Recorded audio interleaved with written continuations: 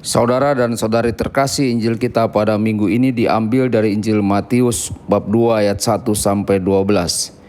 Pada zaman pemerintahan Raja Herodes, sesudah Yesus dilahirkan di Betlehem di tanah Yudea, datanglah orang-orang Majus dari timur ke Yerusalem.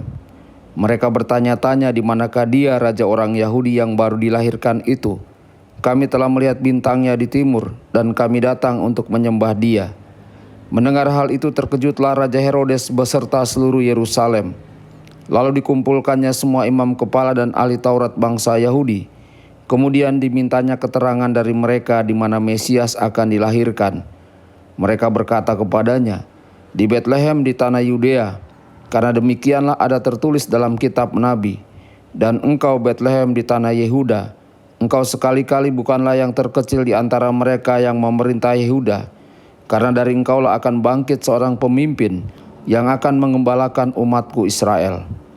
Lalu dengan diam-diam Herodes memanggil orang-orang Majus itu, dan dengan teliti bertanya kepada mereka kapan bintang itu tampak. Kemudian ia menyuruh mereka ke Betlehem, katanya, "Pergi dan carilah anak itu dengan teliti, dan segera sesudah kamu menemukan dia, kabarkanlah kepadaku, supaya aku pun datang menyembah dia." Setelah mendengar kata-kata Raja Herodes, mereka pun berangkat. Lihatlah, bintang yang mereka lihat di timur itu mendahului mereka hingga tiba dan berhenti di atas tempat di mana anak itu berada.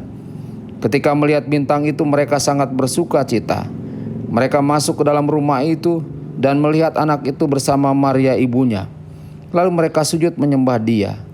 Mereka pun membuka tempat harta bendanya dan mempersembahkan persembahan kepada anak itu, yaitu emas, dupa, dan mur. Kemudian karena diperingatkan dalam mimpi supaya jangan kembali kepada Herodes, mereka pun pulang ke negerinya melalui jalan lain. Demikianlah sabda Tuhan. Terpujilah Kristus.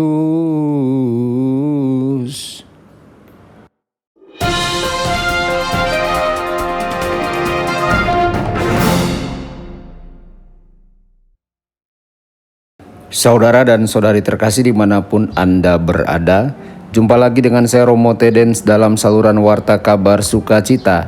Semoga Anda semua dimanapun berada senantiasa dalam keadaan sehat dan berbahagia. Kehikmatan Epifani hari ini merayakan penyataan rencana Allah yang akan diketahui semua orang dan datang kepada Kristus. Orang Majus adalah orang bijak, ahli nujum, dan orang bukan Yahudi pertama yang mengenali Yesus. Mereka dibawa kepadanya oleh sebuah bintang. Hal ini dapat mengingatkan kita bahwa ciptaan mengungkapkan kehadiran Allah. Kita dapat berdoa agar Tuhan kita terus bekerja di dalam hati keluarga kita dan teman-teman kita yang membuat pernyataan ini atau yang serupa, bahwa mereka akan datang untuk mengikuti cahaya keluar dari bayang-bayang dan masuk ke dalam kemuliaan pancarannya. Kemudian kita bisa siap untuk menjawab pertanyaan mereka dan menyemangati mereka dalam perjalanan mereka. Saudara-saudari, sama seperti orang Majus harus menanyakan arah, demikian juga kita perlu menyelaraskan diri kita dengan wahyu dan mencari arah. Puncak penyataan Allah tentang dirinya ada di dalam Kristus, dan kita mengetahui kepenuhan pernyataannya dalam kitab suci dan tradisi serta ajaran gereja. Santo Hieronymus mengatakan, ketidaktahuan akan kitab suci adalah ketidaktahuan akan Kristus. Kita membuka kitab suci setiap hari, merenungkan bagaimana Tuhan berbicara kepada kita hari ini melalui firman-Nya. Demikian pula, kita meluangkan waktu untuk bertumbuh dalam pemahaman kita tentang iman. Katekismus Gereja Katolik adalah alat referensi yang tak ternilai dan juga menyediakan sumber penting untuk refleksi tentang kebenaran iman dan bagaimana kita menjalaninya dalam kehidupan pribadi kita. Saudara-saudari terkasih, hadiah yang ditawarkan, emas, kemenyan, dan mur, sangat berharga. Mereka menunjukkan penghargaan tinggi terhadap Yesus.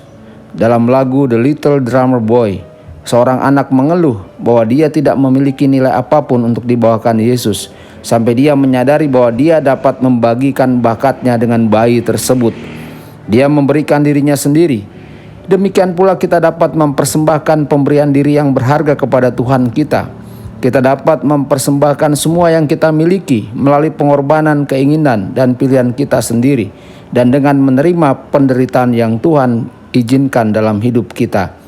Kita dapat mempersembahkan diri kita melalui doa, penyembahan, dan pemujaan. Kita dapat mempersembahkan diri kita dalam pelayanan, menggunakan karunia dan talenta khusus kita untuk bekerja membangun kerajaan Kristus. Tuhan Yesus memberkati dan menyertai Anda semua. Sabda Allah adalah kebenaran. Sabda Allah adalah kehidupan. Mari kita mencintainya, mari kita menghayatinya.